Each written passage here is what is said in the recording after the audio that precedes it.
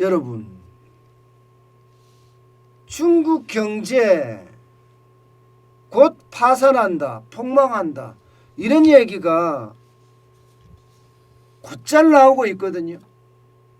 그런데 지금 그런 징후들이 중국 지방정부에서 나타나고 있습니다. 여러분, 이거 한번 보세요. 중국 허베이성의 바저우시에서 일어난 일입니다. 경제개발구, 쉽게 말하면 경제개발특구겠죠.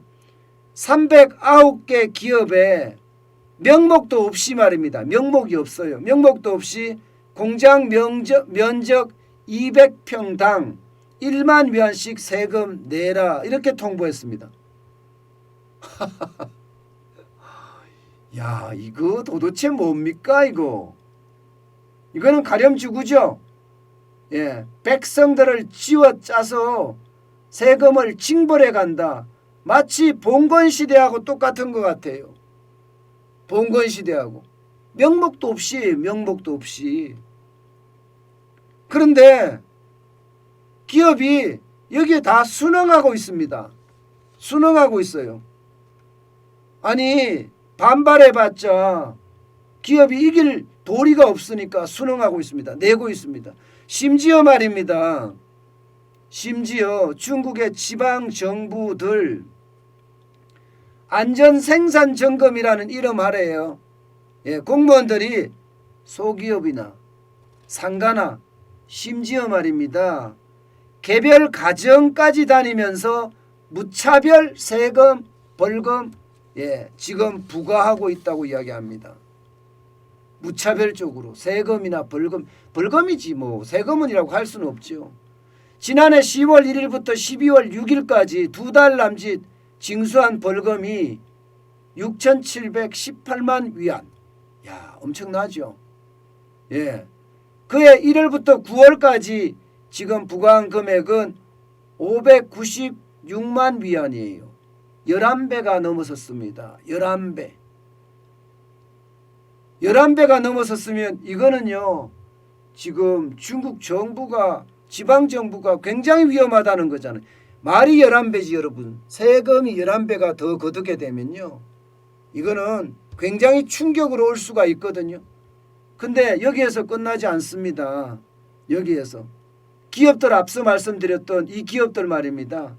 예, 전부 세금을 더 많이 내서, 예, 심지어 한 달에 80배가 부과되는 그런 기업들도 있다고 합니다. 80배. 예, 충격적이죠.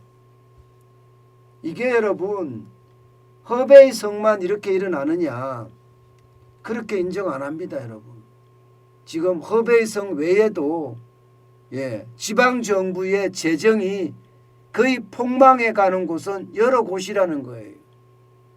오죽했으면 여러분, 중국의 16개 성, 시, 자치구에서 말입니다, 교사 월급도 못 주고 있다, 이렇게 이야기합니다.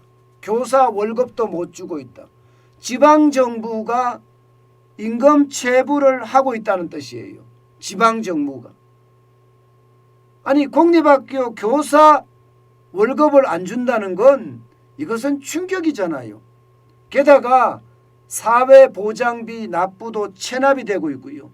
수당 있잖아요. 수당은 예전역에 지급 안 된 적이 오래됐다고 이야기할 정도입니다. 그러니까 우리가 알고 있는 중국하고, 예, 중국 정부가 발표하는 중국하고 현실에서 일어나고 있는 중국하고는 굉장히 큰 간극이 있다는 뜻입니다. 그만큼 말입니다, 중국 경제가 최악의 상태로 지금 가고 있다, 이런 얘기가 하고 있습니다. 오죽했으면 여러분, 중국인들조차도 충격적이라고 이야기합니다. 충격적.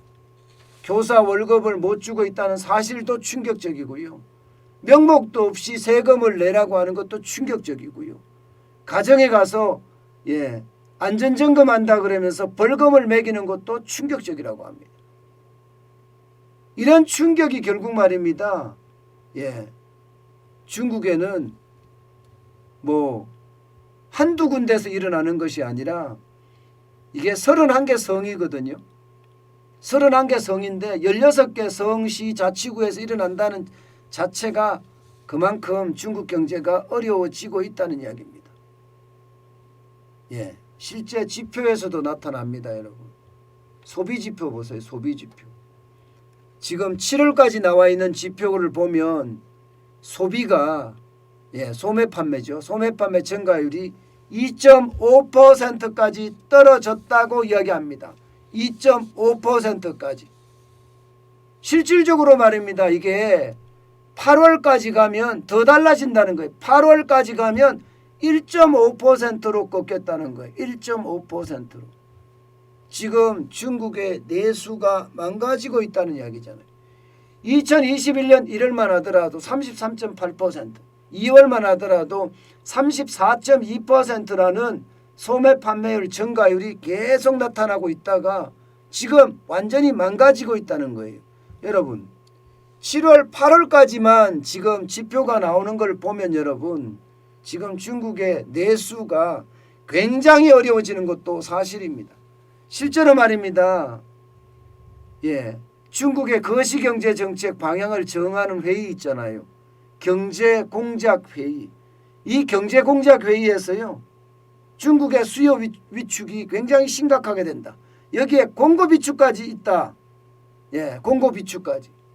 여기에다가 기대 인플레이션까지 지금 충격을 주고 있다. 이렇게 이야기하고 있거든요.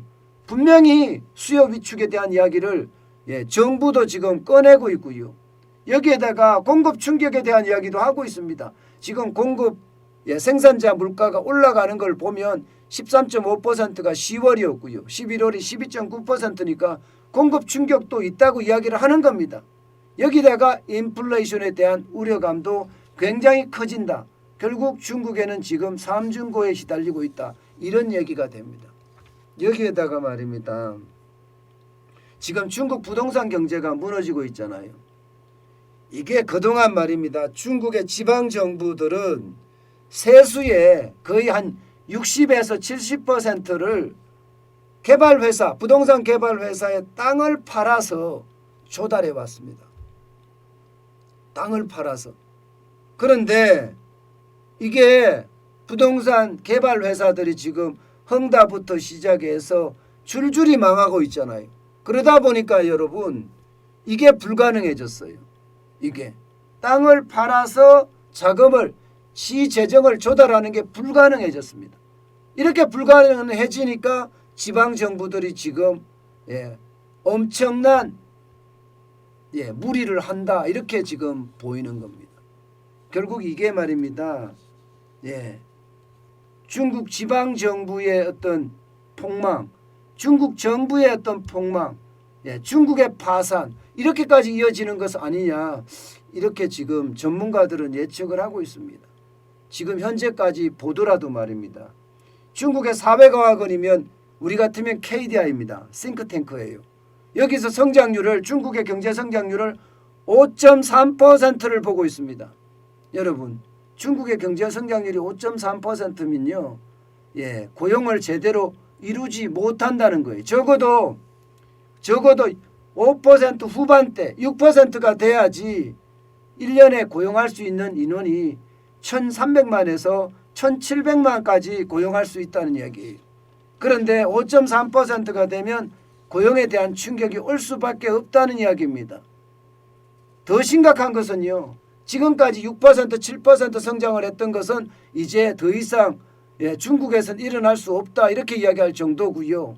여기에다가 피치 같은 경우는 5.2%, 세계은행은 5.1%예요. 중국의 흥업증권도 4.9%로 보고 있고요. 이게 JP모건 체이스도 4.7%, 심지어 일본 노무라 증권은 4.3%를 보고 있습니다. 4.3%면요. 중국의 경기 침체는 굉장히 빠른 속도로 가고 있다는 얘기예요. 빠른 속도로. 이렇게 되면 여러분 우리 경제에도 엄청난 타격을 줄 거라고 예상합니다. 엄청난 타격을. 우리 경제는 중국에 의존하는 수출 비중으로 봤을 때 30%가 넘습니다. 일본으로 수출하는 것까지 생각을 하면요. 게다가 말입니다. 중국의 경제 성장률이 떨어지면 우리도 경제 성장률이 같이 떨어진다. 이렇게 이야기할 정도거든요. 그렇다면 중국이 올해는 8% 성장률을 이루는데 내년에 5.3%면 적어도 3% 가까이 떨어진다는 거예요. 3%까지 떨어졌을 때 대한민국에 영향은 없을 거냐.